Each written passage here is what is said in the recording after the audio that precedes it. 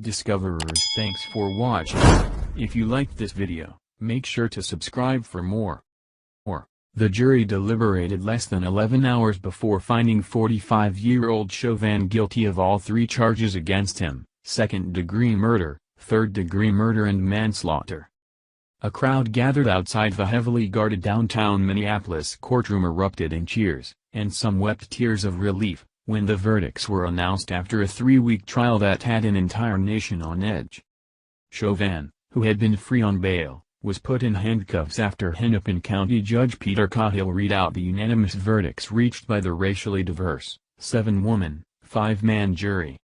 Wearing a face mask and displaying no visible emotion, Chauvin was escorted out of the courtroom by a deputy as one of Floyd's brothers, Philonise Floyd, embraced prosecutors. Chauvin faces up to 40 years in prison on the most serious charge, second-degree murder. Sentencing will be at a later date.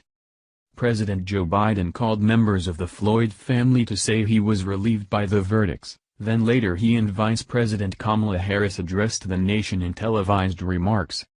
"This can be a giant step forward in the march towards justice in America," Biden said, as he called on citizens to unite against racism and violence. Harris, America's first female and first black vice president, told the family it was a day of justice in America, and that history will look back at this moment. Chauvin was seen on video kneeling on Floyd's neck for more than 9 minutes as the handcuffed 46-year-old black man said repeatedly, "I can't breathe," then died.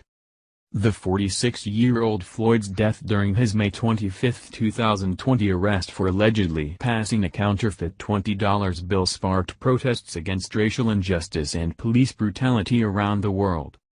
Turning point. Floyd family lawyer Ben Crump hailed the conviction as a landmark victory for civil rights and a springboard to legislation currently before Congress to reform police forces in their dealings with minorities. "This verdict is a turning point in history and sends a clear message on the need for accountability of law enforcement," Crump tweeted.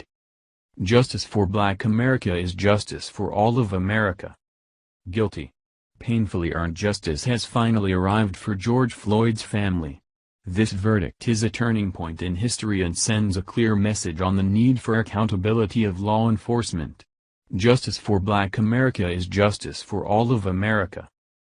Ben Crump, at Attorney Crump, April 20, 2021. Barack Obama, the nation's first black president, said a jury did the right thing, but true justice requires much more. 3 other former police officers involved in Floyd's arrest are to go on trial later this year.